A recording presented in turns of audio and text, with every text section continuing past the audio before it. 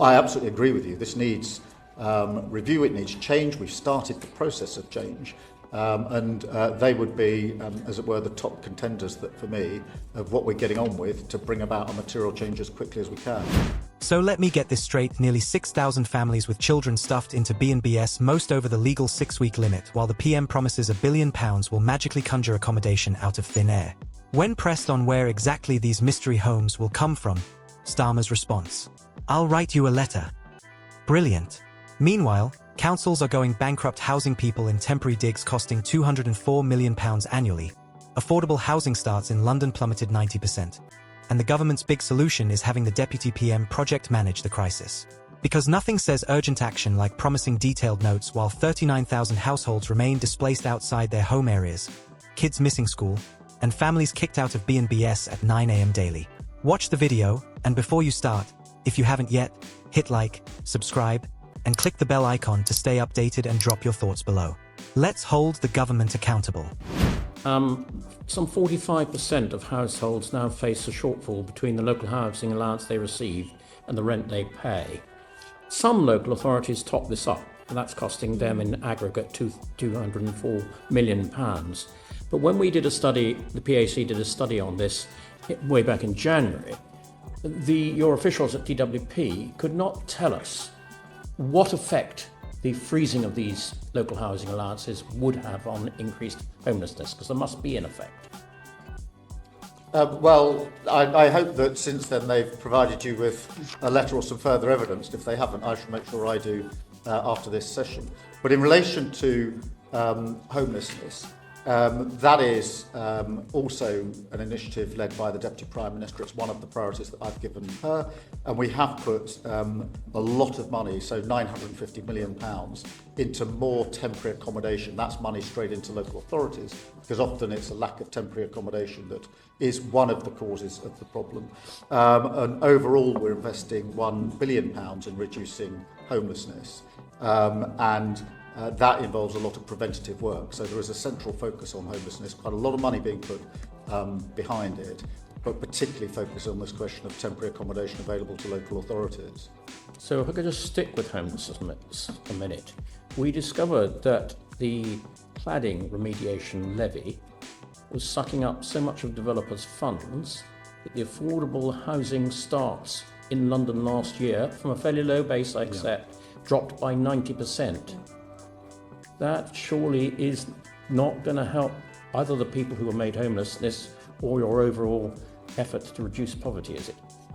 No, and we need to drive that up, and that's a problem we've identified and are working on.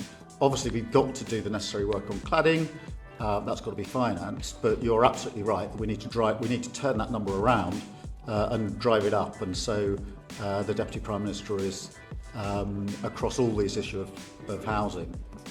So one of the hardest things I found in our inquiry was that at June 24, almost 6,000 households with children were being housed in bed and breakfasts, of which almost 4,000 were over the 6-week limit. I just ask you, Prime Minister, to imagine what it's like living in B&B with children, especially over when you're having to get out probably at 9 o'clock in the morning and not come back till 6 o'clock in the evening. It must be pretty hard. And of that, so we found that 39,000 households were living in occupying temporary accommodation outside their normal home area. So there will be people living over the 6-week limit with B&Bs, with children, outside their area, trying to struggle to get to schools or work or whatever it is they have to do.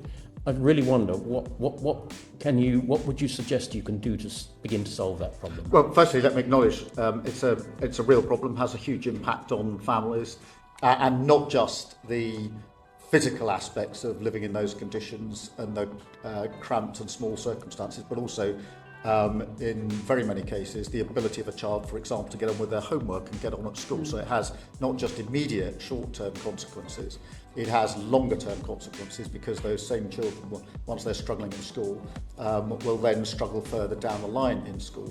That is why it's important that we have put the extra money into temporary accommodation for local authorities to make sure there's a wider range of accommodation. Now, you can't fix this overnight, But you're absolutely right, it needs to be turned around for all the reasons that you've identified, and I absolutely understand.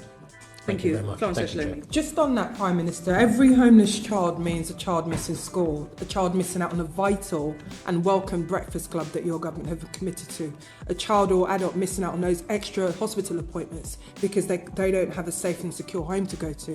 We are seeing councils at breaking point because of the additional money spent on temporary accommodations. A number of councils declaring bankrupt because of temporary accommodation. This is not sustainable. And I come back to some of the measures that have been taken by the government. So just to ask, do you feel, Prime Minister, then, that we do need to have an urgent reset in local government funding to look at these long-term solutions and key pressures facing councils up and down the country? Yeah, I mean, firstly, let me say we have put £1 billion into homelessness. That is a huge amount, more than any government's put in for a very, very long time, for precisely the reasons that have been identified by this committee. So there's an absolute commitment on homelessness, and the money was put there in the budget and the spending review to make good on the commitment on homelessness. On the wider question of local authority funding, yes, I do think it needs a review. I've long thought it needs a review, amongst other things. We need multi-year settlements. There are no end of local authorities that say to me, because it's a year on year allocation of money, we can't use the money as effectively as we might otherwise be able to do. I don't know how many local authorities who say to me, until you fix, as we are now doing, the no-fault eviction problem, you'll have a homelessness problem, and the bill will be picked up by local authorities. That's why we brought in the provisions to get rid of no-fault evictions. So I absolutely agree with you. This needs review, it needs change. We've started the process of change, and they would be, as it were, the top contenders that, for me, of what we're getting on with to bring about a material change as quickly as we can. Okay, that's good. So it'll be good to know when we'll expect to see some of those changes and the extra investment, and if it's something that... Well, the investment in homelessness has gone in already. I mean, the money's been made available. When do you expect to see a change? Well, as soon as possible. I've got the Deputy Prime Minister project managing this. We're looking across the numbers, we're getting the money to where it needs to be, but the financial commitment and the political commitment are in place, and the Deputy Prime Minister is pretty focused. I mean, it matters hugely to her, it matters hugely to me, and therefore we're driving it through central government. I talked earlier about your vision in 3 years. I mean, you're saying in 3 years, in the next year, you'll see a difference. When do you think we'll see the actual difference on the ground? Because in homelessness or living standards more generally? Well, on this particular issue on housing and home and temporary accommodation. Oh, I want the money going into temporary accommodation, I want to see having immediate effect. In other words, more accommodation available. Now, obviously, it'll take some time to get it into place. But where is this accommodation going to come from? This isn't a delayed project. Well, in terms of what could be built, what can be arranged, what can be taken by councils and repurposed is a central focus of what we're doing.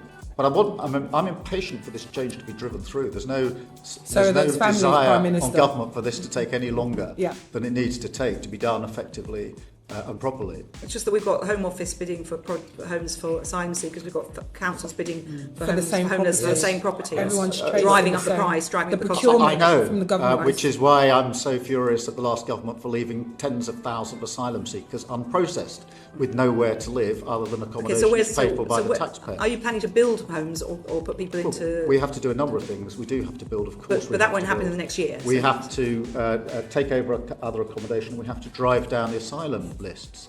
There is just a pinpoint before. What other accommodation precisely are you planning to take over to provide temporary accommodation for families? Oh, there's lots of housing in many local authorities that can be used, and we're identifying where it can be used. But I mean, look. Can you give us? Have you got any examples you can give us? No, but I'll write in and give you details. Because I could say certainly in a number of our local authorities, really picking up from around the table, there isn't a lot of spare housing available. If there were, councils would be able to be dealing with it by now.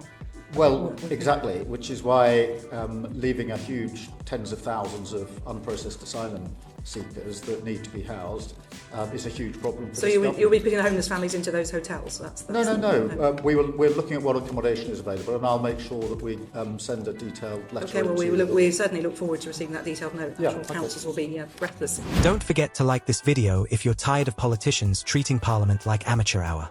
Subscribe and click the bell icon for more accountability breakdowns, and drop your thoughts below.